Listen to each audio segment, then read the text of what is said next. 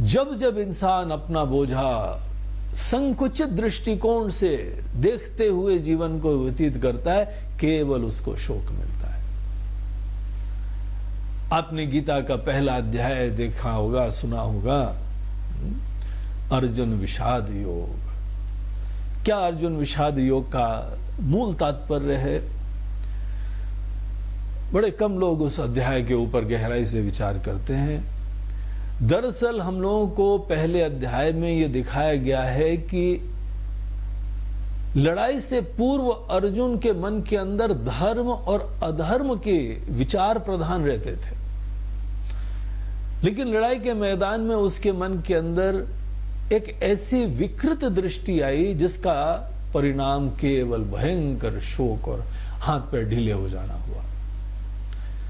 वो लड़ाई के मैदान में यहां पे ये नहीं देख रहा था कि ये अधर्म के प्रतीक हैं, जो भी मजबूरी रही हो, लेकिन एक ऐसे जीवन के तरीके का आश्रय लिया है जो इतना घातक है सबके लिए, पूरी संस्कृति, पूरे देश का विनाश हो जाएगा। अधर्म उस प्रकार की व्यवस्था को बोलते हैं, ऐसे जीवन जीने के तरीके को बोलते हैं। बहुत सारे मौके दिए थे सब लोगों को, लेकिन भगवान कृष्ण भी दूत बन के गए थे कि अभी भी समझ जाओ, हम उनको सब छुड़वा देंगे, लेकिन टस से मस नहीं हो रहे, ऐसे जिद पे अड़े हुए हैं। उसको सदैव ये देखना चाहिए था कि भले भीष्म पितामह हो, द्रोण हो, या कोई भी रिश्ते नाते हैं, सब अधर्म के प्रतीक हैं। लेकिन अर्जुन की बुद्धि ने वहां पे जो है पासा जैसे पलट दिया, और वो ये देखने लगा कि ये हमारे चाचा, हमारे मामा, हमारे गुरु, हमारे बाबा जी, हमारे दादू, हमारे रिश्ते, हम एक व्यक्ति के दृष्टिकोण से देखने लगे। इसको बोलते हैं व्यष्टि दृष्टि। दुनिया को देखते हैं अपने व्यक्तिगत दृष्टिकोण से, न कि व्यापक समष्टि दृष्टि से नहीं देखते, उचित अनुचित को नहीं देख पाते। तो जहां उसके अंदर ये व्यष्टि दृष्टि, व्यक्तिगत दृष्टिकोण जहां उत्पन्न हुआ, मैं को केंद्र में रख के जहां उसने देखना चालू करा, उस समय अर्जुन का पतन होता है।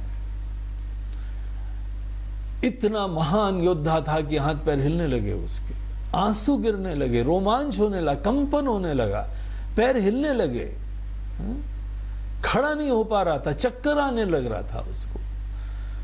शरीर के अंदर अनेकों रोग आने लगते हैं, तनाव आने लगता है, बीमारियां आने लगती हैं, मन में पीड़ा होने लगती है, बुद्धि उल्टा सोचने लगती है। ये यहाँ पे शोक और मोह का दुष्परिणाम होता है, और इसकी जड़ के ऊपर होता है अपने को प्रधान रख के, सेंटर में रख के, फिर अपनी समस्या को देखो, फिर अपने जीवन को देखो। यहां कोई और व्यवस्थापक नहीं है।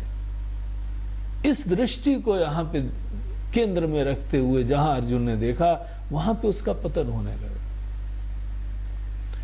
ऐसी दृष्टि से युक्त होने के उपरांत आदमी को सफलता नहीं मिले तो भी पीड़ा है, और सफलता मिल जाए तो भी भयंकर समस्या होती है। अभिमानी हो जाते, आसक्त हो जाते, जमीन पे पैर नहीं पड़ते।